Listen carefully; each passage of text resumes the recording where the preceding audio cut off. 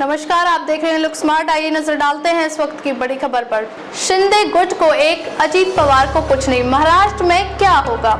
नरेंद्र मोदी ने रविवार को तीसरी बार प्रधानमंत्री पद की शपथ ली। मोदी सरकार 3.0 में महाराष्ट्र के कई सांसदों ने भी मंत्री पद की शपथ ली। इन सांसदों में नितिन गडकरी, रामदास अठावले, मुरलीधर मोहोल, पीयूष गोयल, रक्षा खड़से और शिवसेना शिंदे गुट के सांसद प्रताप राव जाधव का नाम शामिल है। लेकिन पीएम मोदी के मंत्रिमंडल में अजीत पवार की पार्टी एनसीपी से किसी नेता को मंत्री नहीं बनाया गया है। इसको लेकर सवाल खड़े हो रहे हैं कि क्या अजीत पवार पर बीजेपी की निर्भरता नहीं रही? अजीत पवार की पार्टी एनसीपी ने महाराष्ट्र में बीजेपी के साथ मिलकर चुनाव लड़ा था, लेकिन दोनों को कोई फायदा नहीं हुआ। अजीत पवार का गुट सिर्फ एक ही सीट जीत पाया।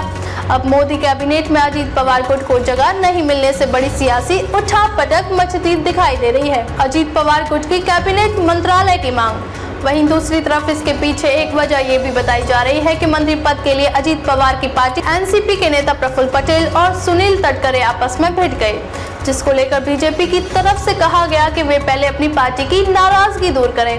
कहा जा रहा है कि बीजेपी की तरफ से अजीत पवार की पार्टी को राज्य मंत्री यानी स्वतंत्र प्रभार पद का ऑफर किया गया था, लेकिन अजीत पवार कैबिनेट मंत्रालय की मांग पर अड़े थे। उसको लेकर अजीत पवार का बयान भी सामने आया है कि प्रफुल्ल पटेल पहले कैबिनेट में मंत्री रह चुके हैं, उसे स्वतंत्र प्रभार राज्य मंत्री का पद लेना ठीक नहीं लगा।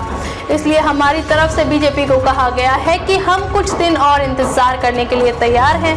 इसके बाद हमें कैबिनेट मंत्रालय दिया जाए। छगन भुजबल को मंत्री बनाने की मांग। मंत्री पद के लिए सुनील तटकरे और प्रफुल्ल पटेल की जगह छगन भुजबल को मौका देने की मांग की जा रही है। सुनील तटकरे और प्रफुल्ल पटेल के बीच विवाद को सुलझाने के लिए दिल्ली स्थित आवास पर करीब 1.5 घंटे तक बैठक भी हुई। अब तक के लिए बस इतना ही। फिर होगी आपसे मुलाकात ऐसी एक और बड़ी खबर के साथ। तब तक के लिए नमस्कार और देखते रहिए लुक स्मार्ट।